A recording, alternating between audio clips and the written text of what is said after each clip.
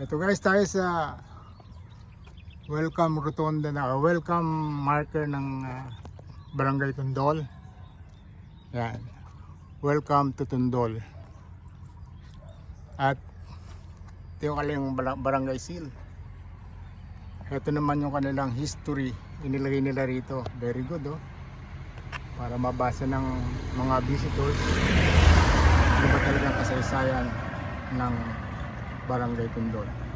Basahin ko para sa inyo guys. History of Barangay Tundol. On the western portion of Lingayen Gulf lies Barangay Tundol, bounded by the north is the Water of Gulf, on the south is the famous 100 Islands, just about 5 miles away. Barangay Tundol have 3 islands, namely Tambilong, Pori of the northeastern portion of the barangay, and Magsaysay Island on the east portion. In the early days, the barangay called it Pungdol, meaning to say stumps of big trees. That was said by the early settlers who come in the place later on.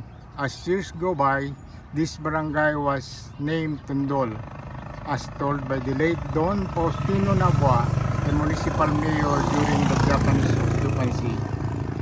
Long time ago, the Tundol is the largest barangay in the entire municipality of Anda, consisting 3 big sitios, namely Namagbagan, Imbo, and Kanyugan.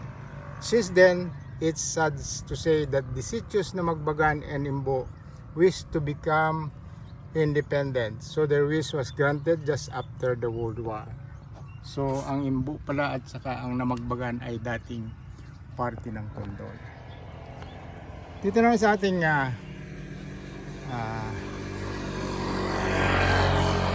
western part ay nilagyan ng parang itong unang marker na ito na ang Tundol. Nakalagay dyan ay Welcome to Marshmallow Boulevard, Tundol White Sand Beach, Castle of Tundol, Anda, Pangasinan. Daming lumasan dito guys, nakakatakot. So bakit ba itinawag na Marshmallow Boulevard? Kasi tingnan nyo guys yung mga stopper na inilagay dito ng kontratista ng daan na ito ay mukhang marshmallow. Kaya ayan pininturahan nila ng parang mga kulay ng marshmallow. Kaya ayan tama nga naman, mukhang marshmallow, kaya tinawag na Marshmallow Boulevard. Project ito nung aking former co-teacher sa Anda National High School, si Madam Dr. Silly Waliw. Ngayon ay principal po na ng aming school. Ayan. Grabe ko niya.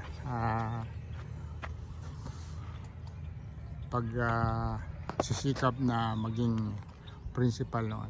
So ayan, nagtagumpay siya. Doon sa kabila guys, yan, makikita yung mga kubo-kubo na yan. Yan ay mga pagawaan ng asin o lutuan ng tubig ng dagat para gawing asin.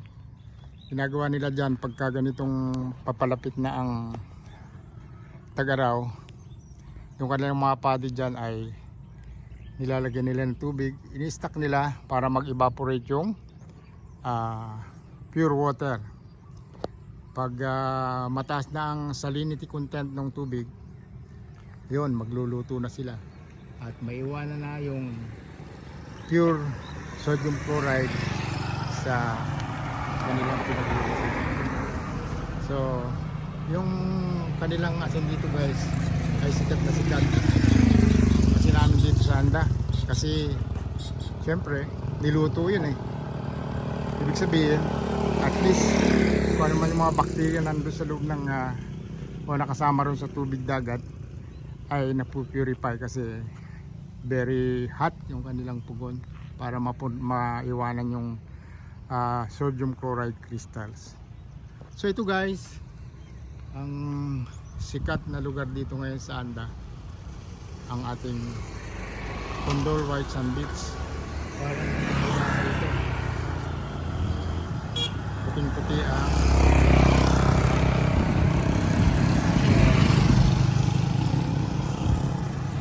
Makati ang papunta tayo dun sa beach mismo guys. Thank you for watching.